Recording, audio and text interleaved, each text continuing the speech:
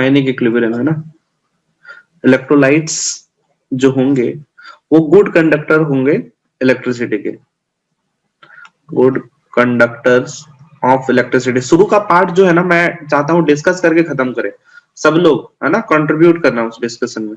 Of electricity, तो यहाँ पर और क्या देखने को मिलेगा, यहाँ पर अल्फा का जो यूज हमने लास्ट टाइम करा देखने को मिलेगा। अल्फा क्या चीज था, डिग्री ऑफ डिसोसिएशन, याद है? Yes sir. Degree of dissociation. Actually dissociation ये जो टर्म है ना ये वीक इलेक्ट्रोलाइट के लिए यूज करते हैं, और आयोनाइजेशन ये सब थोड़ा स्ट्रॉन्ग इलेक्ट्रोलाइट के लिए यूज करते हैं। तो अल्फा इक्वल टू क्या था, capital D minus small D. नहीं वो तो केमिकल का बात था ना, नंबर ऑफ इलेक्ट्रोलाइट्स डिसोसिएटेड नहीं, by total number हाँ of beats. Number of electrolytes dissociated ना, यस सर। डिवाइडेड बाय जितना हम लोगों ने लिया था नंबर ऑफ, या कई बार नंबर ऑफ मोल्स यूज कर सकते हो, number of moles, number of moles of electrolyte, है ना, टेकन, जितना हम लोगों ने लिया था, है ना, जितना डिसोसिएट हुआ था डिवाइडेड बाय जितना हमने लिया था टेकन इन सॉल्यूशन। तो हम लोग इसको अल्फा से रिप्रेजेंट करते हैं, है ना। अच्छा, इसी के बेसिस पे तुम लोग स्ट्रॉन्ग इलेक्ट्रोलाइट या फिर वीक इलेक्ट्रोलाइट बोलते हो नहीं, जहां पर अल्फा का वैल्यू 1 हो गया, मतलब जितना हमने लिया था सारा का सारा टूट गया, तो इसको हमने क्या बोला, स्ट्रॉन्ग इलेक्ट्रोलाइट। अल्फा का वैल्यू अगर टेंस टू 1 होगा, है ना, मतलब पूरा का पूरा टूट जाएगा, तो ये हम लोग किसके लिए लेते हैं, स्ट्रॉन्ग इलेक्ट्रोलाइट के लिए, है ना। वहीं अल्फा का वैल्यू हम लोग वीक के लिए क्या मानते हैं, काफी कम, है ना, फॉर वीक इलेक्ट्रोलाइट। क्या, वीक इलेक्ट्रोलाइट। तो स्ट्रॉन्ग इलेक्ट्रोलाइट के लिए 1 और वीक इलेक्ट्रोलाइट के लिए 1 से काफी कम नहीं। जैसे स्ट्रॉन्ग इलेक्ट्रोलाइट में दो तरह का चीज देखते हैं। अच्छा, स्ट्रॉन्ग इलेक्ट्रोलाइट में क्या क्या देखते हैं, स्ट्रॉन्ग एसिड, स्ट्रॉन्ग एसिड में क्या क्या यूज करते हैं, यही सब HCl, H2SO4, HNO3, यही सब नहीं, इन सब का हम लोग को निकालने को मिलता है स्ट्रॉन्ग एसिड। उसी तरह स्ट्रॉन्ग बेस क्या, NaOH, KOH, ये सब स्ट्रॉन्ग बेस के टाइप पर का देखते हैं। और अच्छा, सॉल्ट को हम लोग किस में रखते हैं, स्ट्रॉन्ग इलेक्ट्रोलाइट या वीक इलेक्ट्रोलाइट? सर स्ट्रॉन्ग में ही रखते हैं।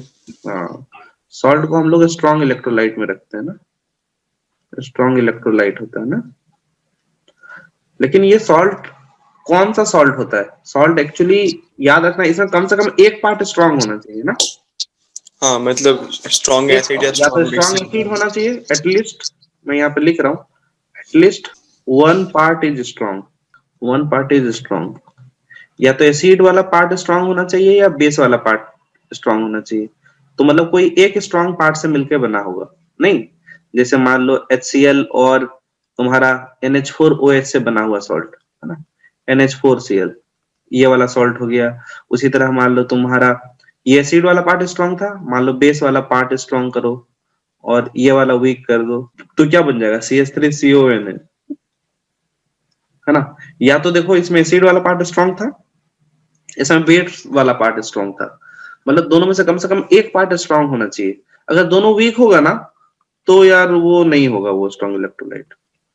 मान लो जैसे ये दोनों ही पार्ट वीक हो गए तो ये स्ट्रॉन्ग इलेक्ट्रोलाइट नहीं होगा, इससे बना हुआ जो सॉल्ट होगा ना वो स्ट्रॉन्ग इलेक्ट्रोलाइट नहीं होगा, है ना। तुम जानते ही हो इससे बना हुआ सॉल्ट बफर बन जाता है, बनता है ना।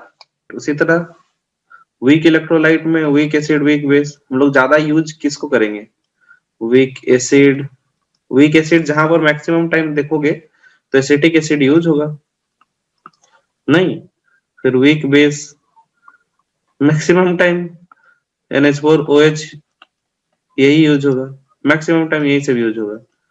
इसके लिए Ka कितना होता है जानते हो, एसिटिक एसिड के लिए Ka का वैल्यू, ये कई बार सवाल में तुमको नहीं दिया हुआ रहेगा, 1.8 इंटू 10⁻⁻5 याद रखना। इसके लिए Kb का वैल्यू कितना रहेगा, सेम 1.8 इंटू 10⁻⁵। इसके लिए pKa का वैल्यू कितना रहेगा, 4.74, ये ना। इसके लिए pKb का वैल्यू कितना रहेगा, 4.74। Sometimes these things will not given in the problem. बोला सर, हाँ बोलना। तो सर रिपीट कर देना, नेटवर्क चला गया तो।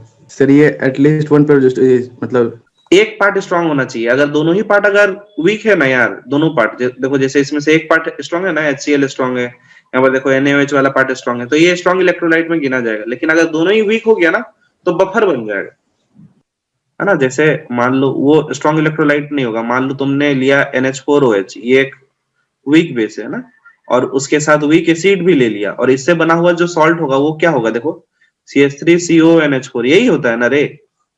तो ये है ना, ये एक बफर है।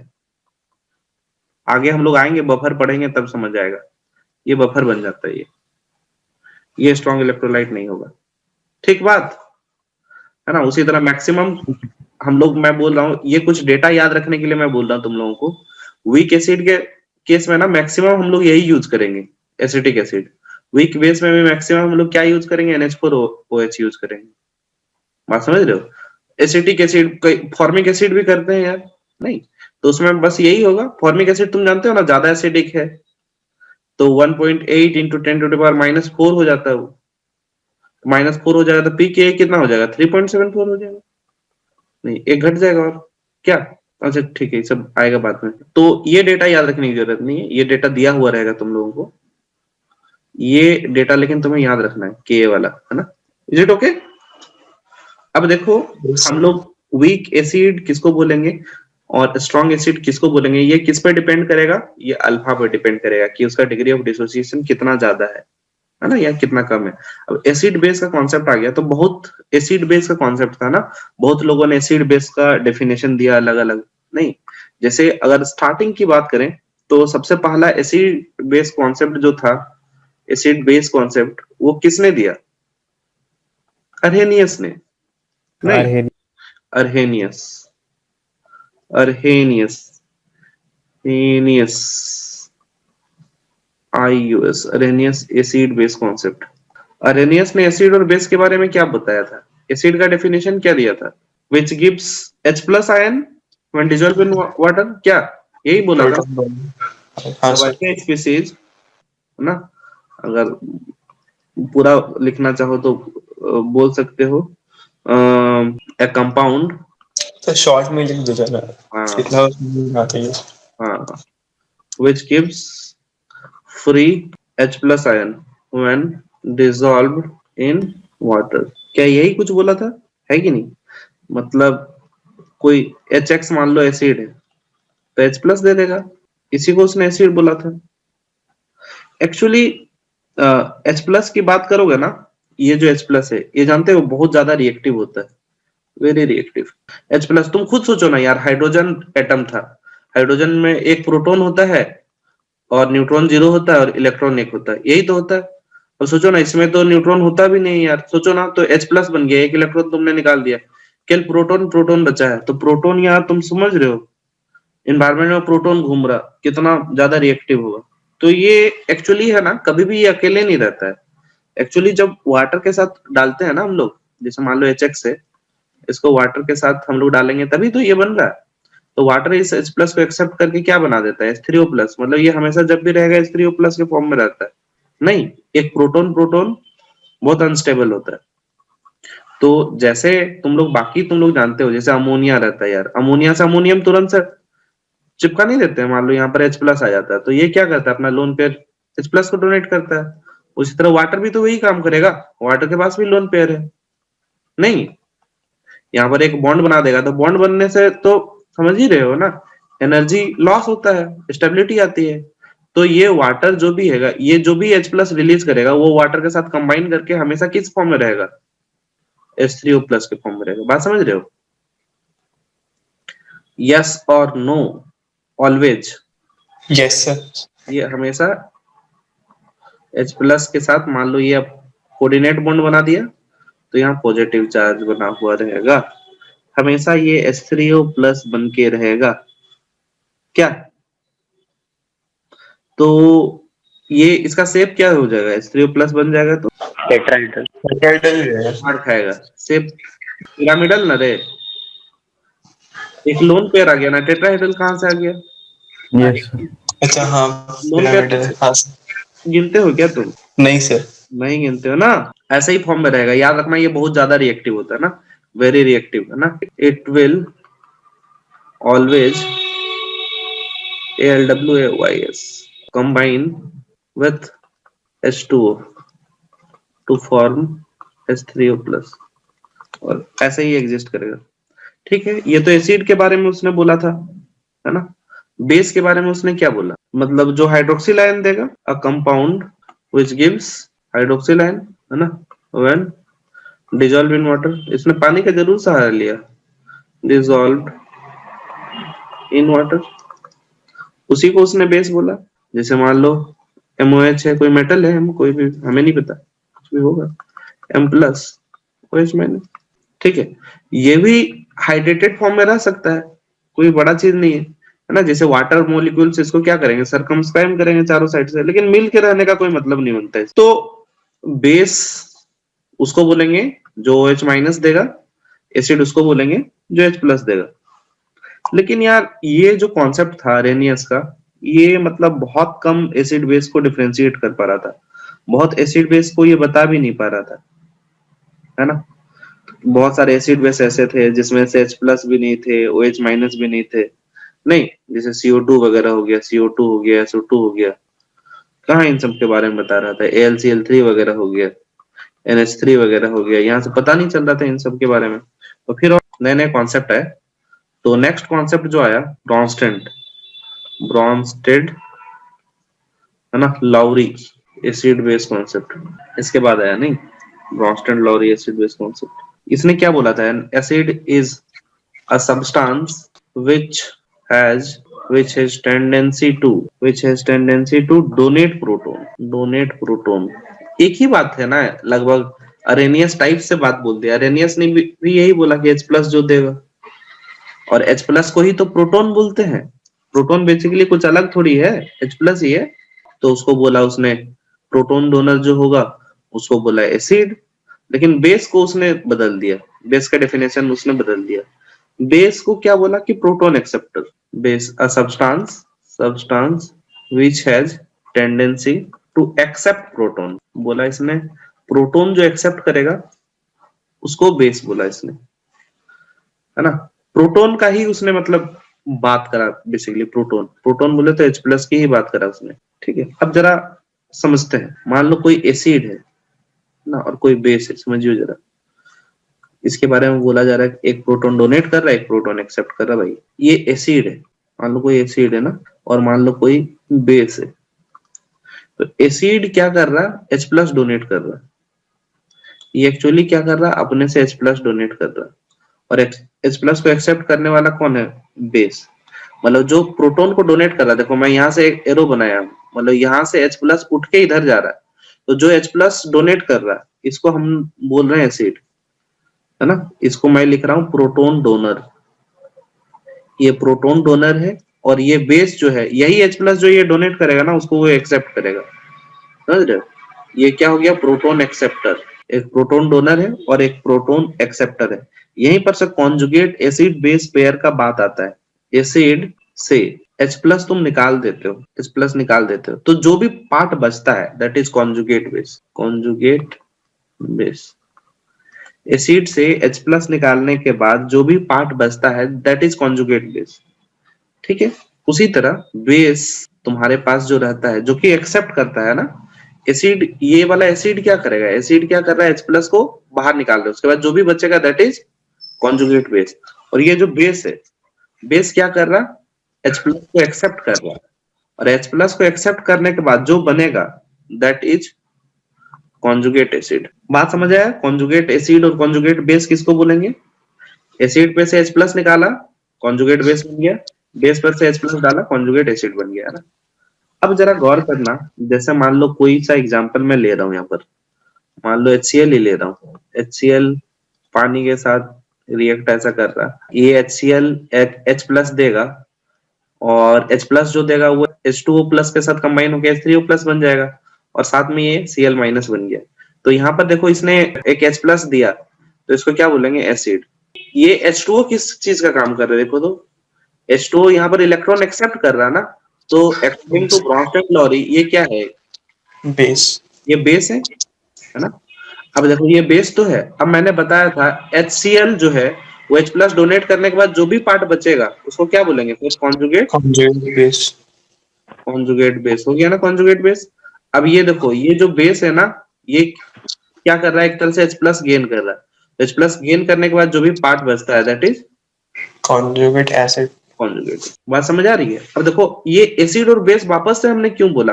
तुम एक काम करो, इसका रिवर्स रिएक्शन देखो, रिवर्स वाला जो हो रहा है। एक तो फॉरवर्ड वाला प्रोसेस देख लिया, अब बैकवर्ड वाला देखो। ये बैकवर्ड वाला में जरा ध्यान दो कि ये H3O प्लस जो है एक तरह से क्या बन रहा है? H3O प्लस एक H प्लस लूज करके H2O बन रहा है।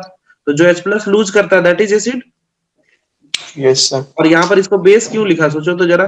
Cl माइनस, H मान लो plus ये H बैकवर्ड plus रिएक्शन क्या कर रहा है? ये देखो H प्लस गेन कर रहा है। H प्लस गेन करता, उसको तो हम लोग बेस ही बोलते हैं ना, है कि नहीं? अच्छा, अपने से तुम लोग अब इसके बारे में बताओ। अमोनिया के साथ वाटर का रिएक्शन होगा तो क्या होएगा बता?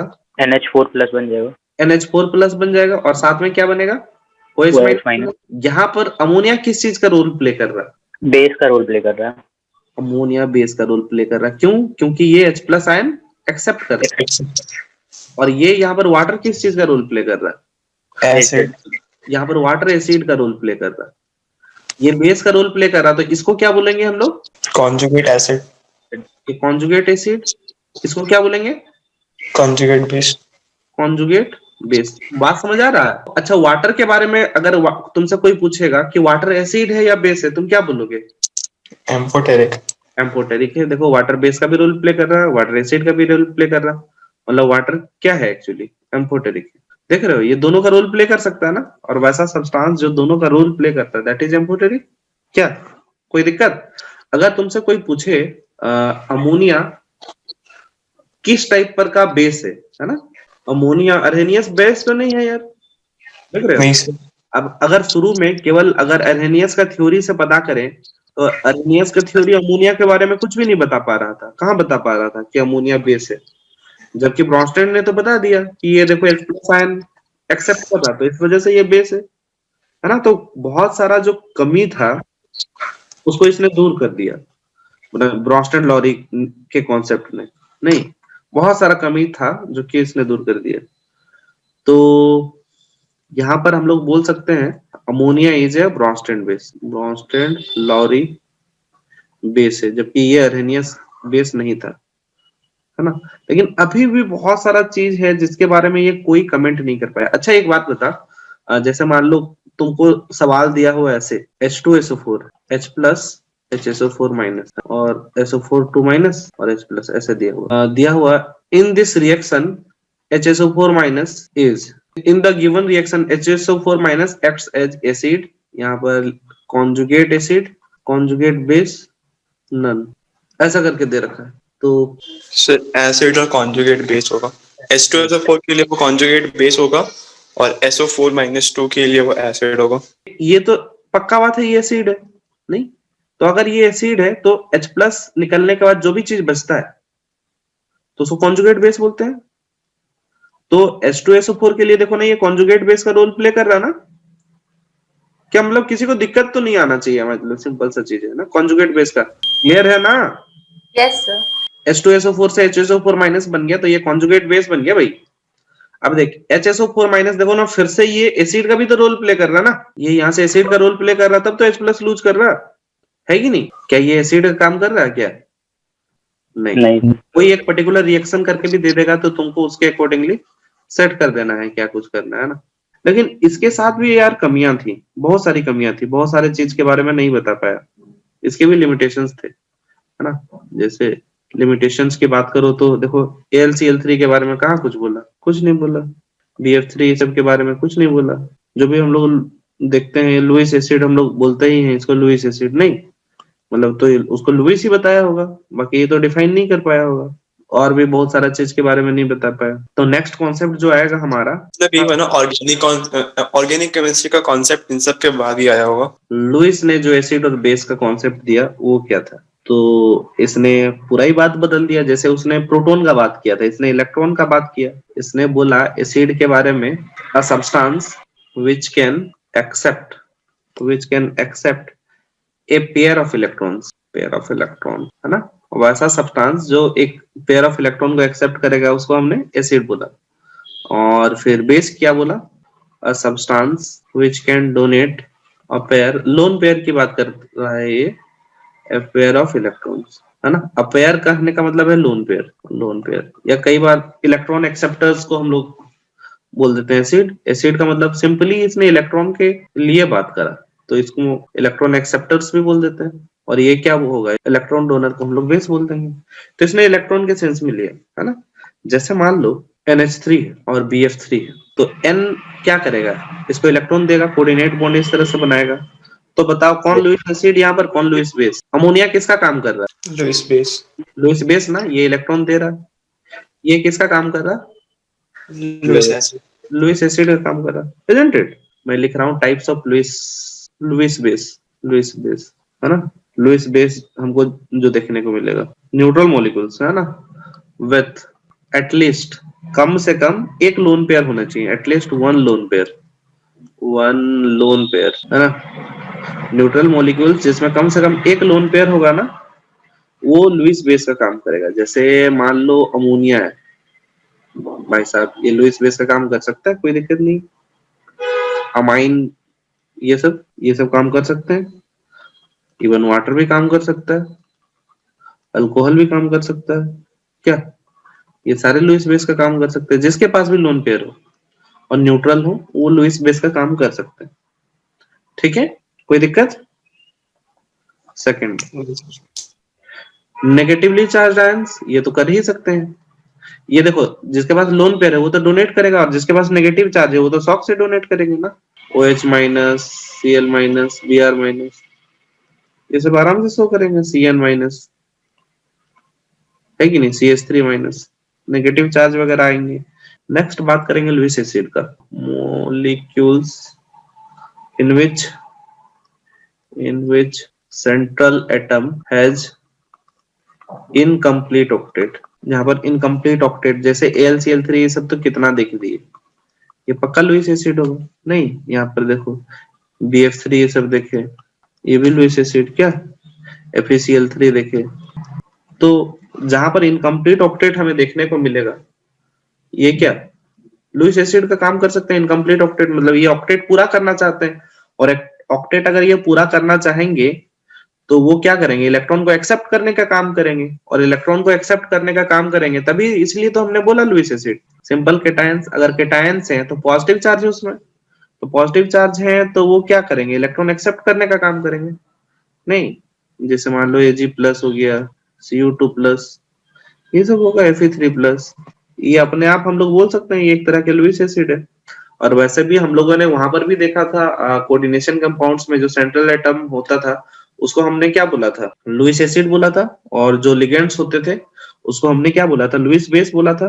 केटायंस खास करके डी ब्लॉक वाले हम लोगों ने कोऑर्डिनेशन कंपाउंड्स में देखा था। मान लो पी ब्लॉक का मॉलिक्यूल है ना, और उसके पास एम्प्टी डी ऑर्बिटल है, तो उस केस में भी हम लोग उसको लुईस एसिड के तौर पे यूज करते हैं। Molecule in which the central atom of P block, ऐसा लिख रहे हैं, P block has empty D orbital, है तो वो पी ब्लॉक का, है ना, मतलब इलेक्ट्रोनेगेटिव टाइप पर का थोड़ा सा होगा, लेकिन उसमें D orbital, empty D orbital है। जैसे मान लो SnCl4 इस तरह का, तो ये एसिडिक बिहेवियर शो कर सकता है। Si मान लो F4 है, तो ये भी एसिडिक नेचर को शो करेगा। FeCl3 FeCl3 तो पहले ही आ गया ना, इसमें तो ऑक्टेट इनकम्प्लीट था, लेकिन ये सब भी आ गया तो ये भी एसिडिक बिहेवियर शो करेंगे, इसमें इनकम्प्लीट डी ऑर्बिटल है। तो अगर मान लो इलेक्ट्रोनेगेटिविटी डिफरेंस है और पाई बॉन्ड है, तो वहां पर भी जैसे CO2 वगैरह, molecules in which of different electronegativity, है ना, are linked by multiple bond से अगर लिंक होगा तब भी हम लोग ऐसा बात करेंगे। CO2 वगैरह के केस में CO2 को क्या हम लोग मानते हैं, एसिडिक मानते हैं, टूट के ऐसे चला जाता है ना वो माइनस, हम लोग इसको भी मानते हैं। ठीक, मतलब बहुत पॉपुलर सवाल वो वाला भी था। BOH का होल थ्राइस कैसा एसिड है, बोरिक है। अरे बोरिक है तो मारेंगे ना इतना, ये तीनों टाइप पर का बता रहे हैं। लुईस एसिड है, ब्रॉन्स्टेंट एसिड है, क्या एसिड है ये, या अरहेनियस एसिड है, अरहेनियस एसिड है सर। अर्हेनियस ही OH माइनस एक्सेप्ट करता है ना ये, सॉरी ये लुईस एसिड हुआ। तो आयनिक इक्विलिब्रियम में एक बात बताओ, जैसे एसिड वगैरह हम लोग बात कर रहे थे, तो मैक्सिमम स्ट्रांग वाला देखने को मिलेगा कि वीक वाला देखने को मिलेगा? मैक्सिमम तो वीक वाला पार्ट देखने को मिलेगा ना। इक्विलिब्रियम स्ट्रांग वाले में होगा, बता जरा। इक्विलिब्रियम तो हमेशा वीक वाले में होगा ना, स्ट्रांग वाला तो पूरा का पूरा डिसोसिएट हो जाता है। नहीं, वीक वाला में इक्विलिब्रियम आएगा, स्ट्रांग वाला में तो इक्विलिब्रियम आएगा ही नहीं, लेकिन फिर भी स्ट्रांग वाले का भी पीएच वगैरह कभी कभी निकालने को आता है ना। तो हम लोग वीक पर ही ज्यादा फोकस करेंगे, वीक वाले पार्ट पे। और हम लोग स्टार्ट कर रहे हैं ऑस्टवर्ड डाइल्यूशन लॉ से ना। ऑस्टवर्ड ने एक लॉ दिया था यार, डाइल्यूशन लॉ। क्या था वो law? At a particular temperature ना, डिग्री ऑफ डिसोसिएशन